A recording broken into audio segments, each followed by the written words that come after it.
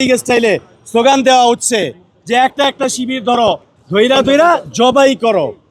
এই স্লোগানগুলো দিত আওয়ামী লীগ, ছাত্রলীগ। কেন শিক্ষাঙ্গনে আবার নতুন করে জবাই করো স্লোগান দেওয়া হবে? এটা তো কখনো হতে পারে না। সুতরাং এই যে শিক্ষার্থী যারা আছে তারা কাউকে ভয় করে না। তারা জুলাই গণঅভ্যুত্থানের পরে তারা চায় যে নতুন একটি বাংলাদেশ। আমি এই কথাই স্পষ্টভাবে প্রশাসন এবং তেজগাঁও কলেজের প্রিন্সিপাল থেকে শুরু করে সবাইকে বলতে চাই, এখানে একটা খুন হয়েছে। একজন শিক্ষার্থীকে প্রকাশ্যে মাদকের বিরোধিতা করায় খুন করা হয়েছে। সিসিটিভি ফুটেজ আছে, সকল প্রমাণ আছে। আপনারা যদি গ্রেফতার না করেন, আমরা এলাকাবাসী সহ শিক্ষার্থীরা সহ আন্দোলন গড়ে তুলব এবং আপনাদেরকে বাধ্য করব এদেরকে গ্রেফতার করার, ন্যায় বিচার প্রতিষ্ঠা করার।